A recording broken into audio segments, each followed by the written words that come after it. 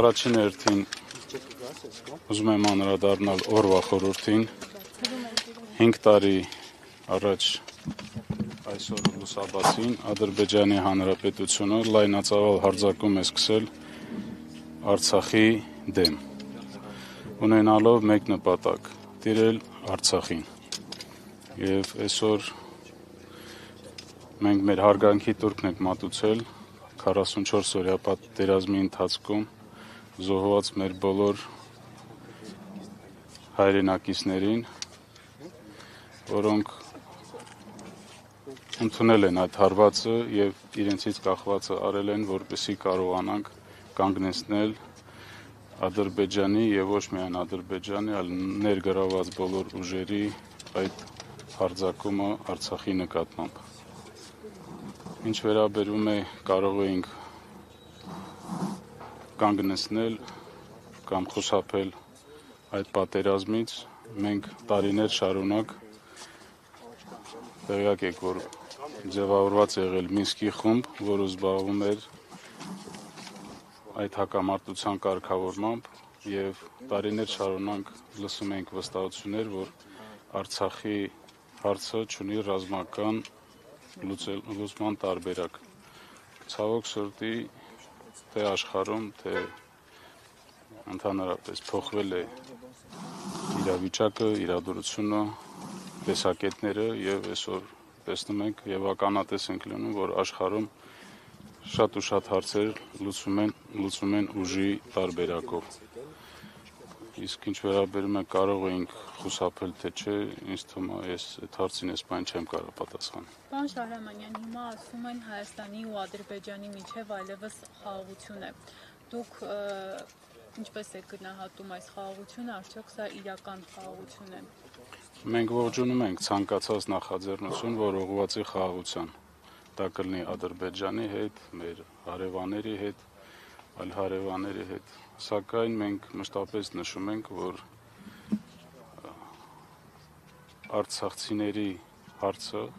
պետք է ստանա համապատասխան լուծում։ Չի կարող այս հարցը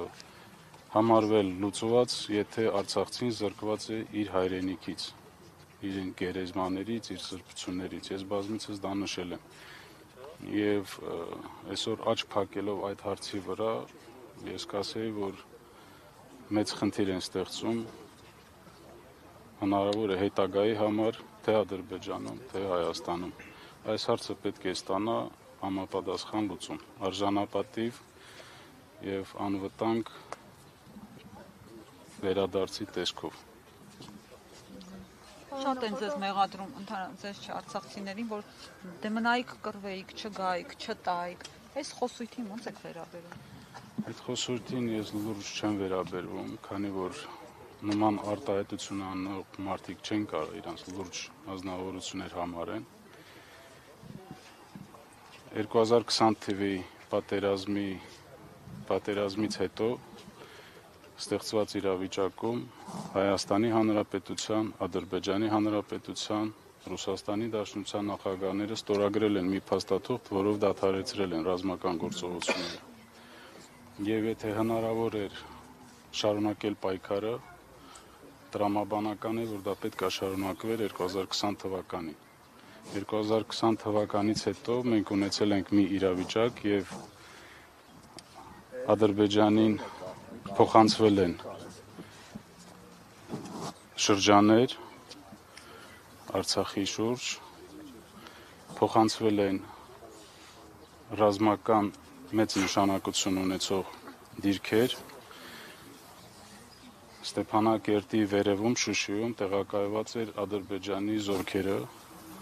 եւ այս իրավիճակում խոսել, որ մնայիք պայքարեիք, սա ես լուրջ չեմ կարող համարել։ 5 միլիարդի զենքը, որը թողնվել է արևը։ Զենքի վերաբերյալ ես առիթ եմ ունել արձագանքել, այս բանի նպատակահարմար չեմ գտնում։ Ժամանակը կգա, կխոսենք դրա մասին, տեղյակ եք, որ հարուցված է համապատասխան քրեական գործ եւ այդ շրջանակներում ես նաեւ